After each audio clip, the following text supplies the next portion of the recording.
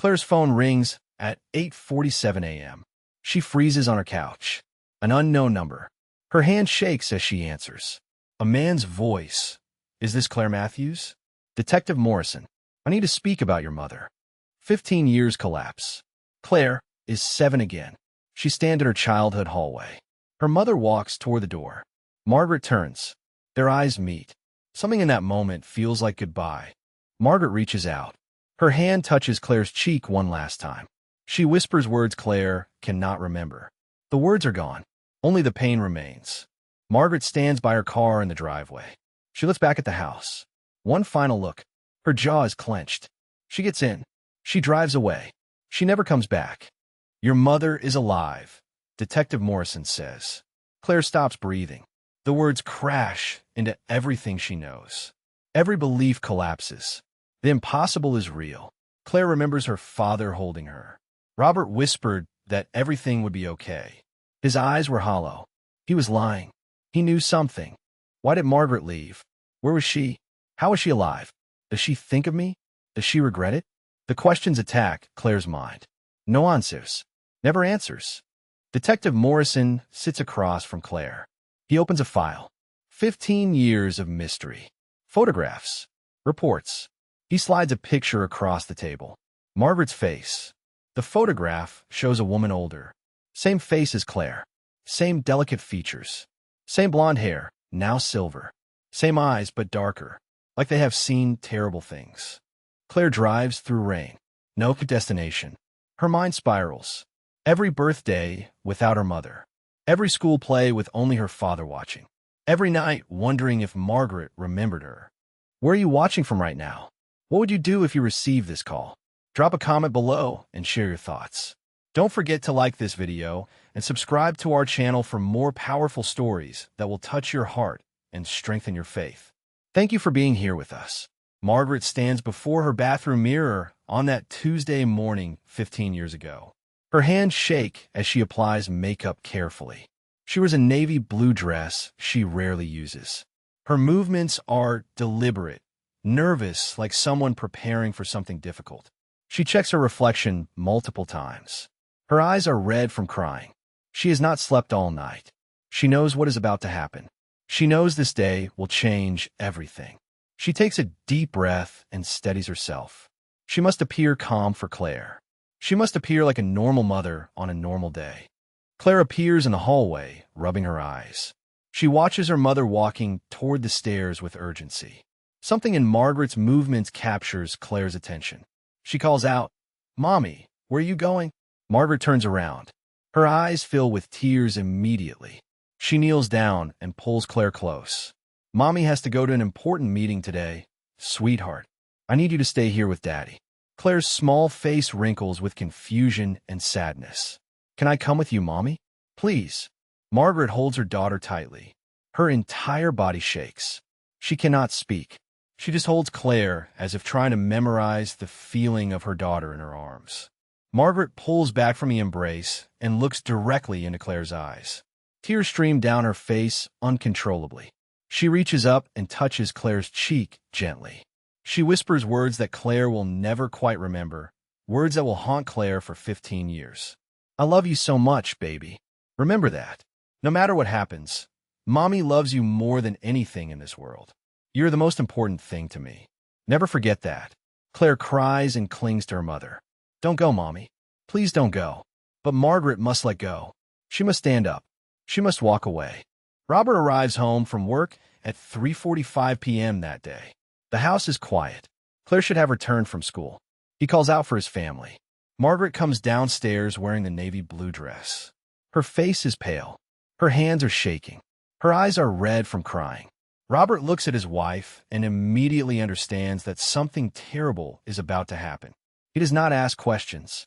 He does not know what to say. He simply watches as Margaret walks past him toward the front door. In that moment, he knows that his life is about to change forever. Margaret stands beside her silver sedan in the driveway. She looks back at the house. Inside, she can see Robert holding Claire against the window. Claire is pressing her small face against the glass, crying, watching her mother. Margaret raises her hand. She cannot bring herself to wave. Instead, she simply raises her hand as if in prayer or surrender. Then she gets into the car. She starts the engine. She drives away from the house. She turns the corner and disappears. Robert holds Claire as she sobs against him, her small body shaking with grief. He does not know where Margaret is gone. He does not know when or if she will return. But in his heart, he knows she will not be coming back. Hours pass in silence. Then police officers arrive at the house. Claire watches from the stairs as they speak to her father in hushed, urgent voices. They ask questions. Where might your wife have gone? Has she left before? Are there problems in your marriage? Robert answers mechanically, his voice hollow. He tells them about the meeting Margaret mentioned. He tells them that Margaret seemed upset. He tells them that she has never done anything like this before. Claire sits on the stairs with her thumb in her mouth, a habit she abandoned years ago. She cries silently, watching the policemen move through her house. Everything feels wrong. Everything feels broken. 1 year passes. Claire turns 8 years old. Robert buys a birthday cake from the bakery. He decorates the house with streamers. He bakes her favorite food. But Claire sits at the table staring at the empty chair beside her. She does not smile. She does not eat. She looks at the other children whose mothers are present, laughing and taking photographs. She thinks about her mother every single moment. She closes her eyes and makes a wish when she blows out the candles. She whispers the same words every year. Please come home, Mommy. Please come home. Years pass slowly and painfully. Claire attends school. Every event, every celebration, she watches other children with their mothers. At the school mother-daughter event, Claire sits alone at a desk. The other girls stand beside their mothers, holding their hands, laughing together. Claire's desk is empty beside her. She feels a hollowness inside her chest that grows bigger with each passing year. Other children ask about her mother. Where is your mom? They ask innocently. Claire makes up lies. She says her mother is working. She says her mother is sick. She says her mother is traveling. But inside her, a dark anger is growing. A question becomes louder each day. Why did she leave me? Does she not love me? What did I do wrong? By the time Claire reaches adolescence, she has developed a deep anger and a profound questioning of her faith. She was raised to believe in God's love, God's protection, God's plan. But where is God's love in her mother's abandonment? Where is God's protection in her pain? She sits in church services and feels only bitterness. She prays, and her prayers feel empty. She questions the pastor's words about God's goodness and divine purpose. How can God be good when he allowed her mother to disappear? How can there be divine purpose in her suffering? Her father tries to comfort her with faith, but Claire is lost in a darkness that seems impenetrable. She is alone in a way that no child should be alone. The years blur together. Claire grows older, but the pain does not diminish. The empty chair at the dinner table remains empty. The empty bed in her mother's room remains empty. The questions remain unanswered. Claire lies in her bed at night and stares at the ceiling, feeling the weight of a void inside her that nothing can fill. She has learned to live with the absence. She has learned to smile for her father's sake. She has learned to pretend that everything is fine. But inside, there's a loneliness so deep, so complete, that she sometimes wonders if she will ever feel whole again. 15 years of silence. 15 years of missing her mother. 15 years of questions that haunt her every single day. Claire sits in her university dormitory room, studying criminology textbooks, when her phone rings. The number is unknown. She hesitates for a moment before answering. A man's voice identifies himself as Detective Morrison. He speaks calmly but with urgency.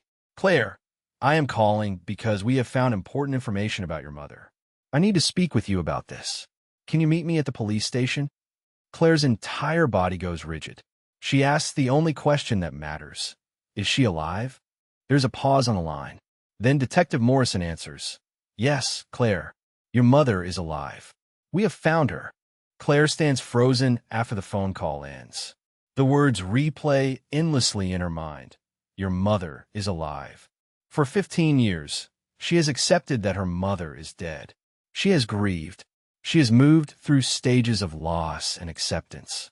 And now, In a single moment, that entire framework collapses. Claire does not know how to process this information. She feels shock. She feels denial. She feels rage. She feels confusion. How is this possible? Where has her mother been? Why did she come back now? What happened to her?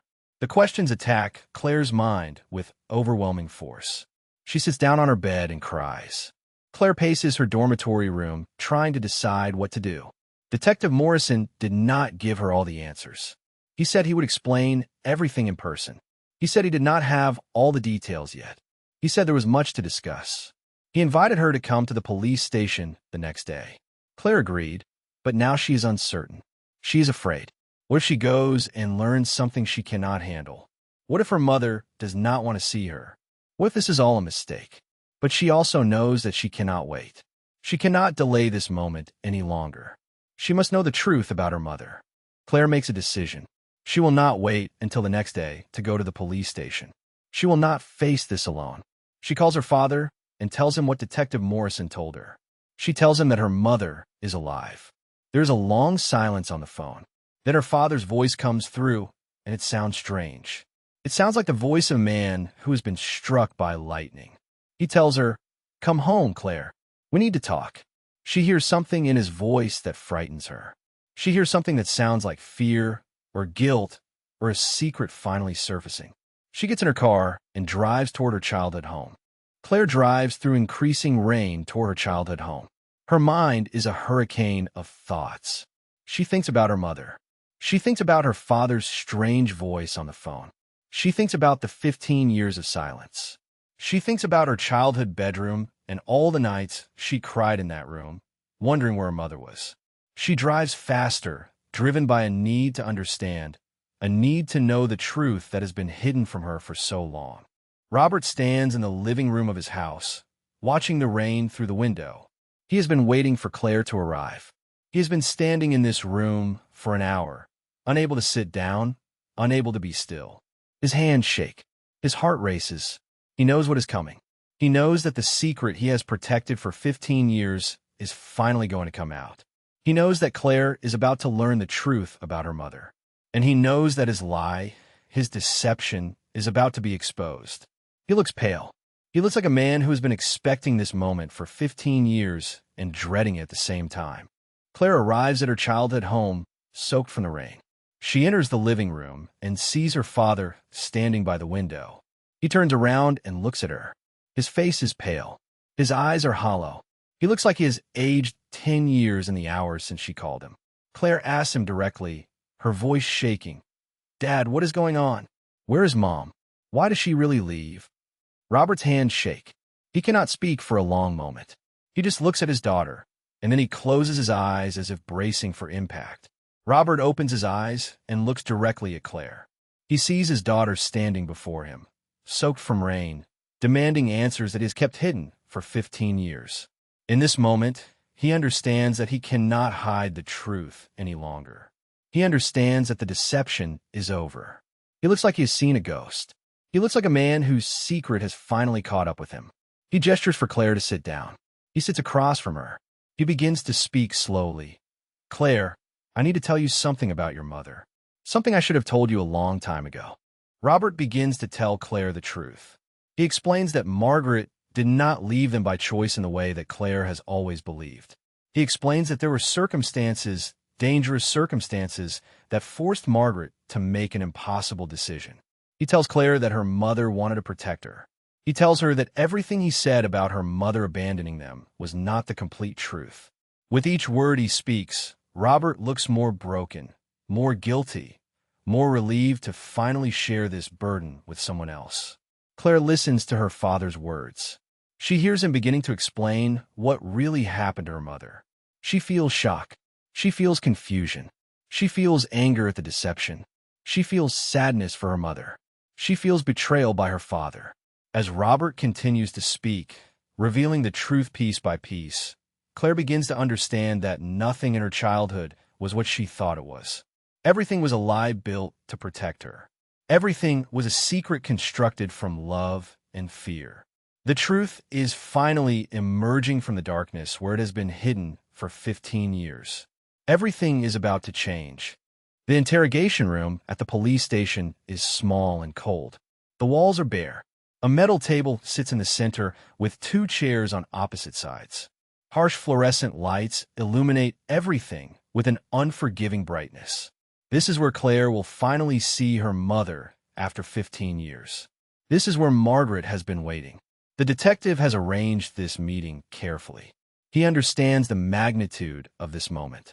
He understands that a mother and daughter are about to be reunited after more than a decade of separation, abandonment, questions, and pain. The room feels sterile and wrong for such a profound moment, but it is the only place available.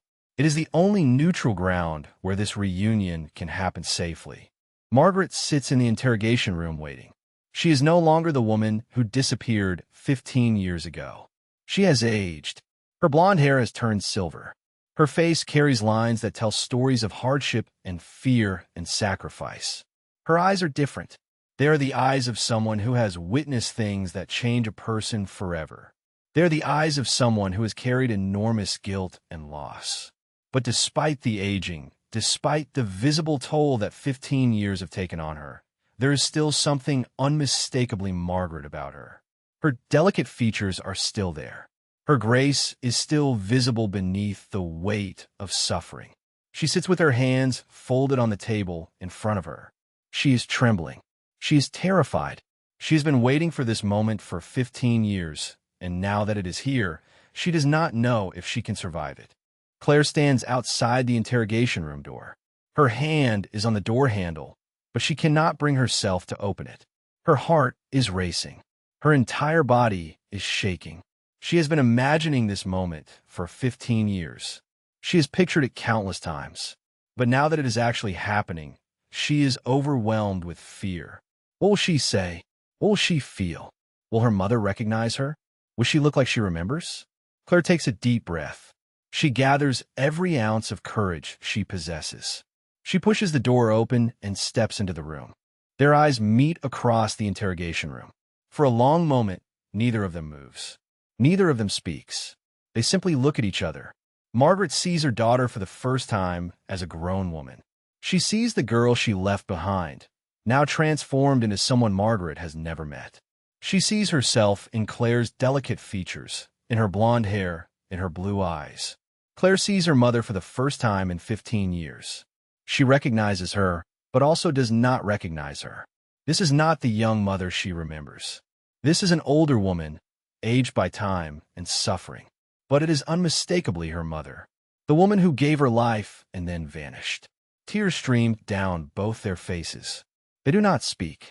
They simply cry, looking at each other across the table that separates them. Margaret tries to speak. She opens her mouth, but no words come out. She reaches across the table toward Claire. Her hand trembles. Her entire body is shaking with emotion. She wants to say so many things. She wants to explain. She wants to apologize. She wants to hold her daughter. But the words are trapped inside her. The emotions are too overwhelming. All she can do is extend her hand toward her daughter, reaching across the table that separates them, reaching across 15 years of separation and pain and loss. Claire looks at her mother's extended hand. She sees the trembling. She sees the desperation. She sees the love and the guilt and the regret all manifested in that simple gesture. Claire reaches across the table and takes her mother's hand. Their hands touch for the first time in 15 years. It is a moment of profound connection. Both of them cry. Margaret squeezes her daughter's hand as if she is afraid that if she lets go, Claire will disappear again. Claire holds her mother's hand and feels the weight of 15 years of abandonment transform into something else. She feels her mother's hand shaking. She feels the desperation and the love in that grip. She understands, in some deep part of her soul, that her mother has been suffering too, that her mother has been carrying this pain and separation just as Claire has. Claire finds her voice. It comes out hoarse and broken. She asks the question that has haunted her every single day for 15 years. Why did you leave me? The question hangs in the air between them. Margaret's face crumples. She closes her eyes. She opens her mouth to answer. She struggles with the words. She struggles with how to explain something so complex, so painful, so impossible. She finally speaks. Her voice is quiet and broken. I did not want to leave you, Claire. I had to. I had to protect you. Margaret begins to tell Claire fragments of what happened. She explains that she was involved in something dangerous. She explains that there were people who wanted to hurt her. Dangerous people. People who would not stop looking for her. She explains that she made a decision. She decided that the only way to protect Claire and Robert was to disappear. She decided that she had to vanish completely, become someone else, go somewhere where those dangerous people could never find her. She explains that every day of the past 15 years, she has thought about Claire. She has wondered what her daughter looked like. She has wondered who she became. She has wondered if Claire remembered her, or if Claire had forgotten her completely. Margaret's words are fragmented and incomplete. She's not telling Claire everything. There is more to the story, much more, but she is beginning to reveal the truth that has been hidden for so long. Claire listens to her mother's words. She hears fragments of explanation, dangerous people, protection, sacrifice. She begins to understand that her mother's abandonment was not abandonment at all. It was sacrifice. It was love manifested in the most painful way possible. But Claire is still confused. She still has questions. She still does not understand the full story. She asks her mother, "Why did you not tell me? Why did you let me believe you did not love me? Why did you let me suffer?" Margaret squeezes her daughter's hand. She says, "Because if you knew the truth, you would try to find me. And finding me would put you in danger. I had to let you hate me to keep you safe." Margaret pauses. She looks directly into her daughter's eyes. She reveals something that changes everything. "But your father, he knew, Claire. He always knew where I was. He helped me disappear. He agreed to the lie to protect you. He has been carrying this secret for 15 years. He has been living with the guilt. He has been protecting you just as I have been protecting you from a distance. The three of us have all been suffering. The three of us have all been separated by this secret. But everything we did, everything we sacrificed, was to keep you safe." Claire's hand falls away from her mother's. She feels betrayed again. She feels confused again. Her father knew? All along, her father knew where her mother was? The implications of this revelation crash down on Claire like a wave. Everything she thought she knew about her family is shifting again. Claire walks out of the police station in a daze. The parking lot stretches before her in the fading afternoon light. She does not know how long she spent in that interrogation room with her mother. It felt like seconds. It felt like hours. She does not remember saying goodbye to Margaret. She does not remember standing up and walking to the door. She does not remember pushing open the interrogation room door and walking out into the hallway. But here she is, standing in a parking lot, unable to process what just happened. Her mind is fractured. Her emotions are chaotic. She has just seen her mother for the first time in 15 years. She has held her mother's hand. She has heard her mother's voice. She has learned that her father knew everything all along. She sits in her car and stares at the steering wheel, unable to start the engine, unable to move. Claire picks up her phone. She scrolls to her father's number. Her hand hovers over the call button. She is filled with conflicting emotions. She is angry at him for keeping the secret. She is grateful to him for protecting her. She is confused about what to believe. She wants to call him and demand answers. She wants to understand how he could lie to her for 15 years. She wants to ask him why he let her suffer with the belief that her mother did not love her. But she also knows that her father was trying to protect her. She knows that he was trapped in an impossible situation. She knows that he has probably been suffering just as much as everyone else. She takes a deep breath and calls him. Robert hears his phone ring. He knows it is Claire. He has been waiting all afternoon for her to return from the police station. He has been sitting in the living room, unable to eat, unable to focus on anything. He has been praying. He has been asking God for forgiveness for the lie, for the years of deception, for the pain he allowed his daughter to experience. When he hears Claire's voice on the phone, he immediately asks, "Are you okay, honey? Did you see your mother? Did she explain things to you?" Claire's voice on the other end of the line is cold and distant. She asks him directly, "Why did you lie to me, Dad? All these years, why did you let me believe that Mom abandoned me?" Robert cannot hold back anymore. He breaks down on the phone. His voice cracks as he tries to explain. He tells Claire that he was trying to protect her. He tells her that Margaret made him promise not to tell her the truth. He tells her that if Claire had known the truth, she would have tried to find her mother, and that would have put her in danger. He tells her that he lived every day with the guilt of that decision. He tells her that he wanted to tell her so many times, but he was bound by his promise to Margaret. He tells her that he loves her and that everything he did was to keep her safe. His voice breaks. He sobs. He says, "I am so sorry, Claire. I am so sorry for all of it. I know I cannot take back the pain I caused you, but I hope you can understand why I did what I did." Claire listens to her father's confession. She hears the pain in his voice. She hears the guilt and the remorse. She hears his love for her despite the deception. She finds herself crying in her car. The anger is still there, but it is mixing with something else. It is mixing with understanding. It is mixing with compassion. She realizes that her father was trapped in an impossible situation. She realizes that he sacrificed his own peace of mind to protect her. She realizes that he has been suffering just as much as she has. She tells him, "I understand, Dad. I did not like what you did, but I understand why you did it. We need to talk about this more, but not over the phone. I'm coming home." She hangs up the phone and sits in her car in the parking lot, crying. Claire drives home through the rain. The weather matches her emotional state. Rain hammers against the windshield. Lightning illuminates the dark sky. She drives slowly, taking time to process everything she has learned. She thinks about her mother's sacrifice. She thinks about her father's protection.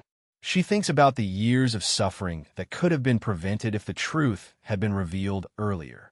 But she also understands that her mother and father made choices based on love, choices based on fear, choices based on a desire to protect her. She drives through the storm and feels something shifting inside her. The anger is transforming.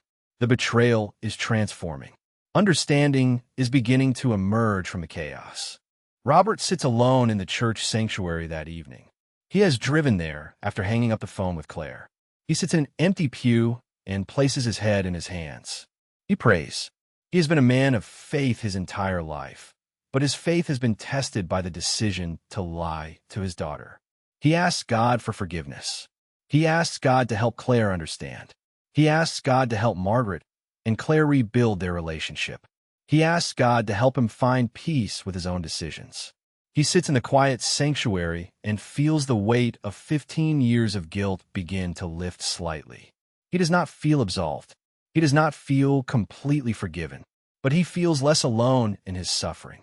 He feels less like a man carrying an impossible burden by himself. Claire arrives at her childhood home and finds her father waiting for her in the living room. He stands up when she enters. For a moment, they simply look at each other. Then Claire walks to him and embraces him. They hold each other and cry. Robert whispers, "I am so sorry, sweetheart. I'm so sorry for everything." Claire says, "I know, Dad. I know you were trying to protect me. We will work through this together." They sit down on the couch and begin to talk. They talk about the past. They talk about the years that have passed. They talk about Margaret. They talk about the future. It is the beginning of a new understanding between them. Claire asks her father difficult questions. She asks him why he did not tell her the truth when she was old enough to understand. She asks him why he let her develop so much anger toward her mother. She asks him why he did not find a way to tell her that her mother still loved her. Robert answers honestly. He explains that he was afraid. He was afraid that if Claire knew the truth, she would resent him for keeping it from her. He was afraid that she would try to find her mother. He was afraid that the dangerous people who forced Margaret to disappear would find Claire if she knew too much.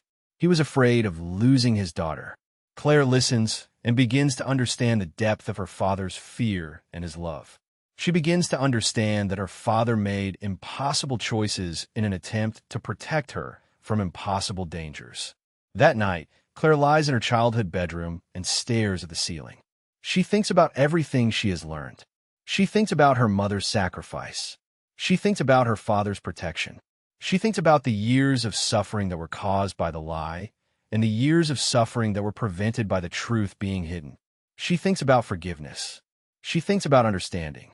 She thinks about the fact that her mother never stopped loving her, even when she had to stop being in her life. She thinks about the fact that her father has been living with guilt for 15 years. She thinks about the possibility of healing. She thinks about the possibility of her family being reunited, broken and scarred, but together. After hours of lying awake in the darkness, Claire reaches for her phone. She calls the number that Detective Morrison gave her. It is Margaret's number. The phone rings several times. Then Margaret answers. Her voice is uncertain, almost afraid. Hello? Claire. Claire's voice comes through steady and clear. Mom, want to talk. Really talk. Not fragmented explanations in an interrogation room. I want to understand your story. I want to understand everything. But not today. Tomorrow. Can we meet tomorrow? Margaret cries on the other end of the line. She says, yes, baby. Yes, I would love that. I would love that more than anything. Claire closes her eyes and finally allows sleep to come, carrying with her the beginning of understanding and the seeds of forgiveness. Claire and Margaret sit across from each other in a quiet coffee shop on the morning after Claire's phone call. This is their first meeting since the interrogation room at the police station. This time, there are no police officers. There are no institutional walls. There is just a mother and daughter sitting at a small table in a public place, attempting to bridge a gap of 15 years. They begin to talk. Margaret speaks first. She tells Claire about the years of being in hiding. She describes the places she lived. She describes the fear that never quite left her. She describes the loneliness of being separated from her family. She tells Claire about her spiritual journey during those years, how she found faith in the darkness, how prayer became her only connection to her daughter and her husband. Margaret speaks for hours, revealing details that have been buried inside her for 15 years. Claire listens. She asks questions. She learns about her mother in a way she never could have before. Claire shares her own story. She tells her mother about the years of growing up without her. She tells Margaret about the confusion, the anger, the questions that had no answers. She tells her mother how her mother's absence shaped her, how it made her question everything, how it made her study criminology, how it made her wonder if she would ever feel whole. She tells her mother about the nights she cried. She tells her mother about the school events where she felt alone among other children with their mothers. She tells her mother about her questions of faith, about wondering if God was real, about wondering if love was real, if it meant abandonment. Margaret listens. She cries as she listens to her daughter's pain. She understands the depth of suffering that her sacrifice cost. She understands that her choice to disappear, while necessary to protect Claire, also devastated Claire. Margaret reaches across the table and takes her daughter's hands. She looks directly into Claire's eyes. She apologizes genuinely for all the pain that her disappearance caused. She tells Claire that she understands that her sacrifice came at a terrible cost. She tells Claire that she has thought about this every single day for 15 years. She tells Claire that she would do it again to protect her, but she also acknowledges the pain that it caused. She says that she is sorry for the years of confusion, for the years of abandonment, for the years that Claire spent believing her mother did not love her. She says that she understands if Claire cannot forgive her completely, but she hopes that one day Claire might be able to forgive her. Margaret's tears flow freely as she speaks. Claire squeezes her mother's hands. She tells Margaret that she forgives her. She tells her mother that she understands why she did what she did. She tells her mother that forgiveness is not about pretending that the pain did not happen. Forgiveness is about choosing to release the anger, to choose understanding over resentment, to choose love over hatred. She tells her mother that she has learned through her faith that holding onto anger only harms the person holding it. She tells her mother that she has decided to forgive, not because it is easy, but because God teaches forgiveness. She tells her mother that she forgives her for disappearing. She tells her mother that she loves her. They embrace across the small table in the coffee shop, both crying, both healing. In the days that follow, Margaret and Claire spend time together. They walk through parks. They sit on benches. They have long conversations about life, about dreams, about who Claire has become. Margaret discovers her daughter. She learns about Claire's education. She learns about Claire's interests. She learns about the young woman that Claire has grown into. Claire discovers her mother. She learns about Margaret's years of survival. She learns about her mother's strength. She learns about her mother's faith. They laugh together. There are moments of awkwardness, moments where they do not know what to say. But there are also moments of genuine connection, moments where the 15 years of separation begin to fade into the background, replaced by the present moment, replaced by the reality that they are together now. Margaret helps Claire study for her criminology exams. They sit together at a table with textbooks spread out before them. Margaret reads through the material with her daughter. She asks Claire questions. She listens as Claire explains concepts. There's something deeply healing in these ordinary moments. Margaret helping her daughter in a way that she was never able to help before. Claire teaching her mother about her world, including her mother in her life. These small domestic moments, these acts of care and attention, become the foundation of their healing.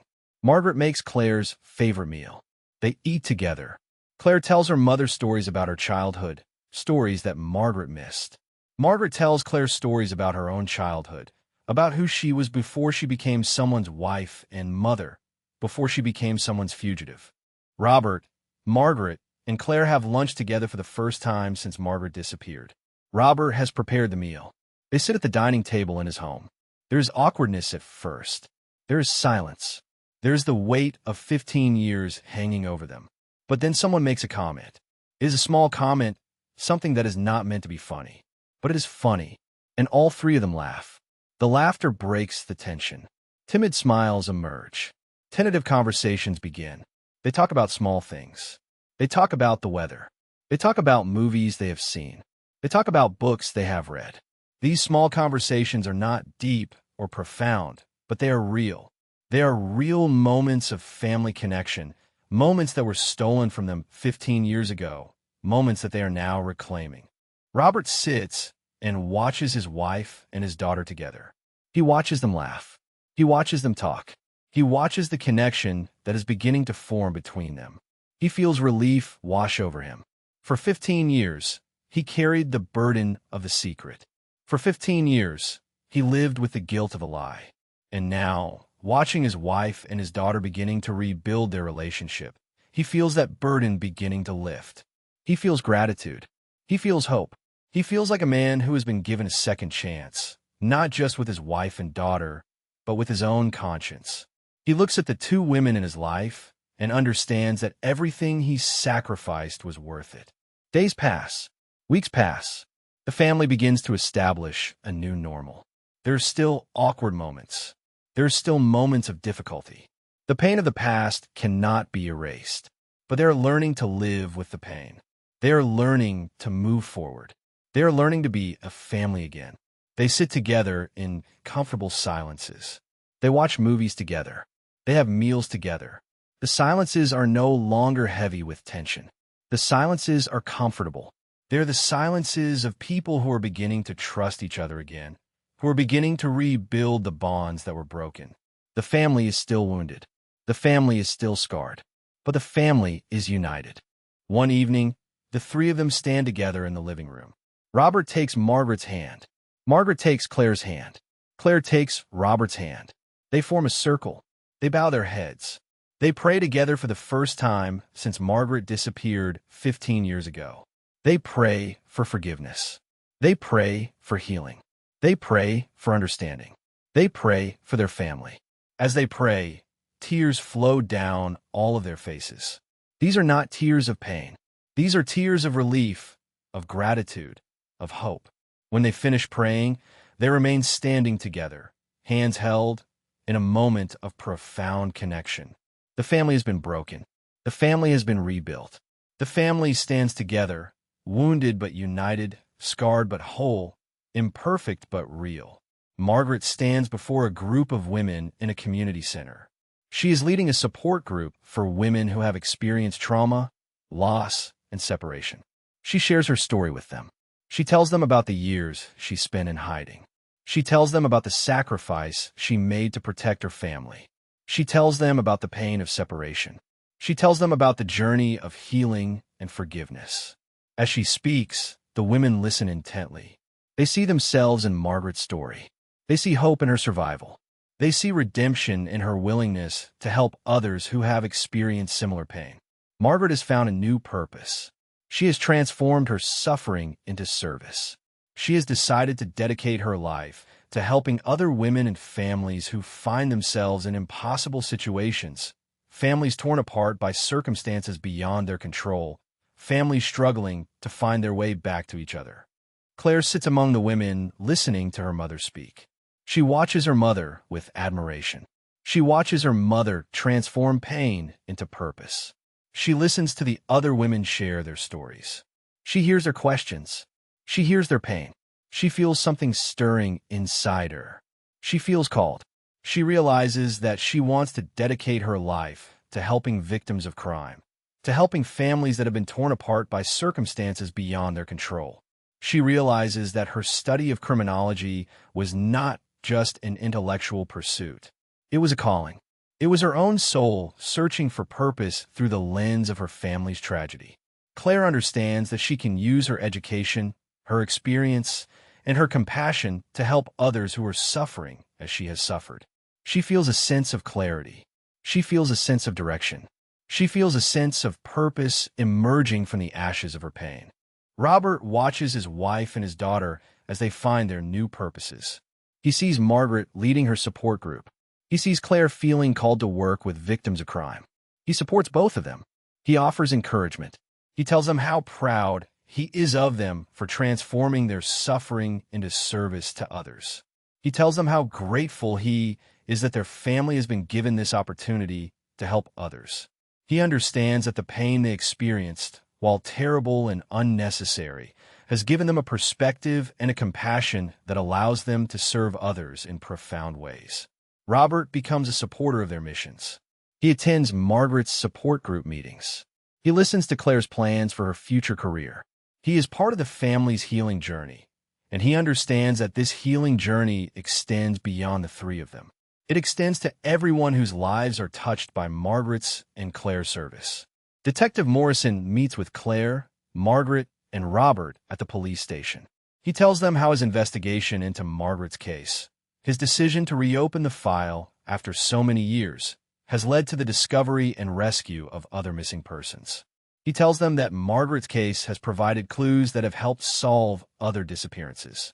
He tells them that his work of finding Margaret has inadvertently helped other families find their own missing loved ones. He tells them that their family's tragedy has become a source of hope for other families. The detective shares statistics about the cases that have been solved because of information that came to light during Margaret's investigation. He tells them that their willingness to come forward, to be reunited publicly, to share their story, has given other families courage to search for their own missing loved ones. Margaret, Claire, and Robert listen to the detective's words and understand that their personal healing has rippled outward to touch and heal other families. The entire congregation of the church gathers on a Sunday morning to hear Margaret and Claire share their story. The church is filled with people. Margaret stands at the podium with Claire beside her. They tell the congregation about the 15 years of separation. They tell the congregation about the mystery, the pain, the questions without answers. They tell the congregation about the journey of healing and forgiveness. They tell the congregation about the faith that sustained them through the darkness. Margaret speaks about how prayer was her only connection to her family during the years of hiding. She speaks about how faith kept her alive, kept her hoping that one day she would be reunited with her daughter. Claire speaks about how her faith was tested by her mother's absence, how she questioned God, how she eventually came to understand that God's love operates in ways that are sometimes incomprehensible to human understanding. The congregation listens. The congregation cries. The congregation embraces this family that has been broken and healed. The community welcomes Margaret back into the fold. The community celebrates Claire's healing. The community understands that redemption is possible, that love transcends pain, that faith can survive even the darkest circumstances. Detective Morrison sits in the church sanctuary during the service. He watches Margaret and Claire speak. He watches the congregation respond with tears and embraces. He watches Robert sit with his arm around his wife and daughter. He sees a family that has been broken but has been healed. He sees a faith that has sustained them through impossible circumstances. He sees love triumph over abandonment. He sees redemption become real. Detective Morrison has spent his career investigating crimes, investigating mysteries, searching for answers in the darkness. But today, in this church sanctuary, he witnesses something that transcends investigation. He witnesses the power of love to heal. He witnesses the power of faith to sustain. He witnesses the power of forgiveness to transform. For the first time in his career as a detective, he understands that some mysteries cannot be solved by evidence alone. Some mysteries are solved by love, by faith, by the human capacity to forgive and to heal. Months pass. Margaret's support group grows. More and more women come to share their stories, their pain, their journeys of loss and recovery. Margaret leads the group with wisdom and compassion. She has lived through what they are experiencing. She understands their pain because it is her pain. She understands their questions because they are her questions. She offers them hope because she has found hope in her own darkness. Claire attends the group meetings with her mother. She sits among the women and listens to their stories. She takes notes. She gathers information that will inform her future work with crime victims. She learns from her mother and from the women in the group. She develops a deep compassion for people who have experienced trauma. She begins to understand that her career in criminology will not be about solving crimes as much as it will be about healing the victims of crimes. Claire testifies in one of her mother's support group meetings. She stands before the group of women and shares her own story. She tells them about growing up without her mother. She tells them about the confusion, the anger, the questions. She tells them about her journey to understanding and forgiveness. She tells them about learning that her mother's disappearance was not abandonment, but sacrifice. She tells them about the profound moment when she realized that love can manifest in ways that hurt, that sometimes the people we love must make impossible choices to protect us. She tells them that forgiveness is not about erasing the pain. Forgiveness is about choosing to move forward despite the pain. The women in the group cry as they listen to Claire. They see their own daughters in her. They see their own journeys reflected in her story. They understand that healing is possible. They understand that families can be broken and rebuilt. They understand that love can survive even the deepest betrayals and separations. Margaret and Claire stand together on the stage during the final meeting of the support group. They embrace each other. The audience cries. The moment is powerful and profound. The audience witnesses a mother and daughter who have been separated by impossible circumstances, who have endured years of pain and questions, who have chosen to forgive and to heal. The audience witnesses redemption made manifest. The audience understands that no matter how broken a family is, no matter how impossible the circumstances, redemption is possible. The audience understands that love always finds a way home. They understand that faith can sustain us through the darkest nights. They understand that forgiveness is the most powerful force in the universe. The applause is thunderous. The tears flow freely. The message is clear. Redemption is always possible. The story of Claire and Margaret ends not with a conclusion, but with a new beginning. The family sits together in their home, the same home where Margaret left 15 years ago, the same home where Claire grew up wondering where her mother was, the same home that has now become a place of healing and reconciliation. They sit in comfortable silence. They hold each other's hands. They understand that their journey has been long and painful, but they also understand that their journey has transformed them. They understand that the pain they experienced has given them the ability to help others experience healing. They understand that their family's tragedy has become a source of hope for countless other families. As the three of them sit together, a message appears on the screen for the viewers. No matter how broken your family is, redemption is always possible. No matter how impossible your circumstances seem, love always finds a way home. No matter how lost you feel, faith can guide you home. Hold on to hope. Hold on to love. Hold on to faith. Your healing journey has already begun. The music plays softly. The camera pulls back slowly. The three figures sit together in the warm light of their home, wounded but united, scarred but whole, broken but healed, a testament to the power of love, faith, and forgiveness to transform even the most impossible circumstances.